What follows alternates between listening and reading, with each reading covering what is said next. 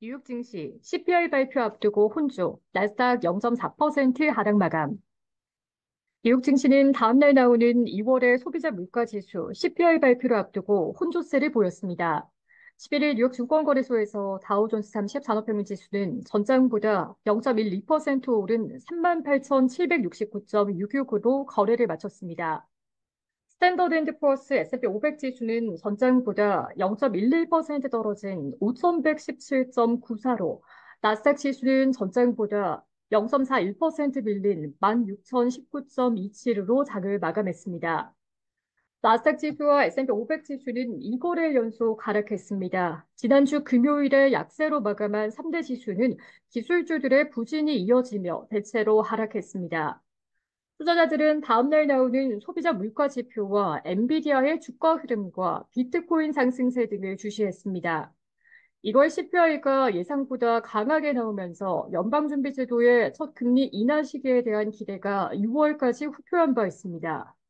이 때문에 투자자들은 이번 CPI가 예상보다 강할 경우 연준의 첫 금리 인하 기대가 더 약화할 수 있다고 우려하고 있습니다.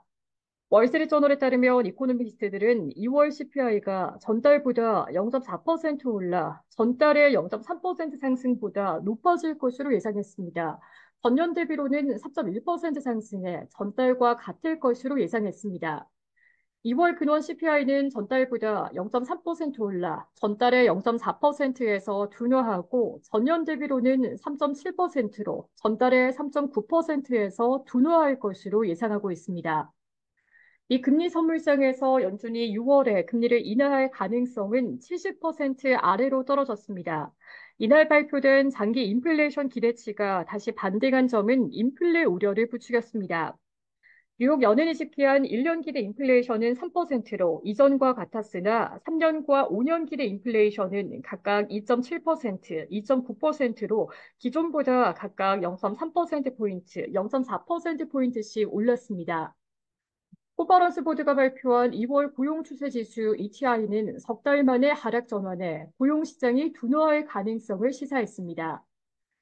2월 ETI는 112.29로 전월보다 하락했습니다. 이는 전달의 113.18보다 낮아진 것으로 지수가 하락하면 고용이 줄어들 가능성이 크다는 의미입니다.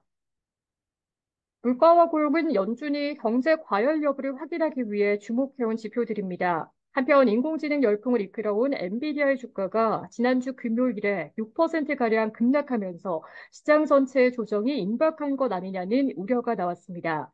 엔비디아의 주가는 이날도 2%가량 하락했습니다. AI 열풍의 폭등세를 보여왔던 슈퍼마이크로 컴퓨터의 주가도 5% 이상 하락했습니다. 엔비디아의 주가 약세에 반도체 관련 기업 AMD와 ASML 홈팅의 주가도 각각 4%, 3% 이상 하락했습니다.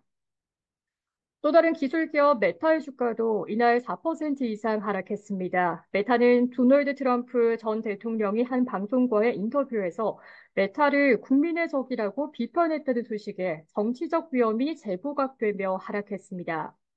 비트코인 가격이 7만 2천 달러를 돌파하면서 관련주에 대한 관심도 커졌습니다.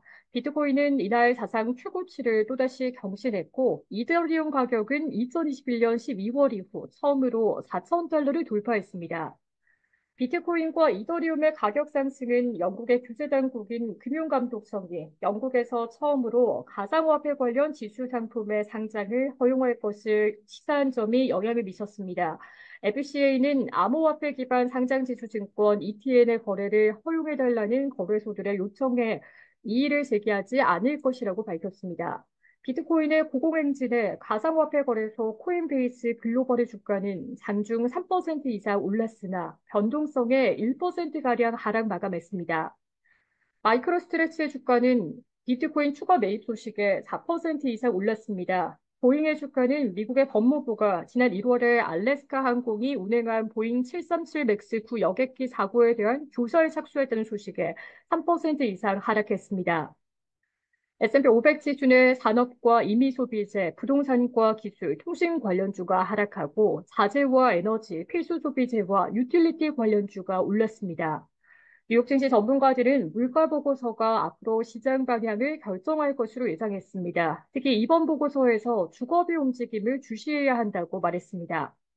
이트레이드의 크리스 라킨 매니징 디렉터는 지난주 제롬 파월 연준 의장은 연준이 올해 내 금리를 인하할 것이라는 생각에서 물러서지 않았으나 시장은 금요일 고용보고서를 보고 어떻게 할 줄 모르는 모습이었다라고 지적했습니다.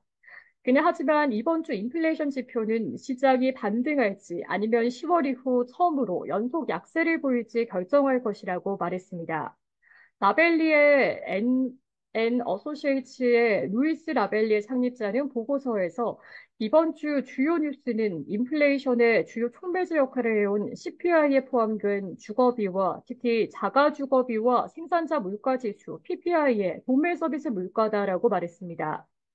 시카고 상품거래소 패드워치에 따르면 연방기금 금리 선물상에서 마감 시점 연준이 오는 6월에 금리를 인하할 가능성은 68.9%를 기록했습니다. 전장에 70%를 웃돌던 데서 하락한 수준입니다. 시카고 옵션거래소 변동성 지수는 전장보다 0.48포인트, 3.26% 오른 15.2를 기록했습니다.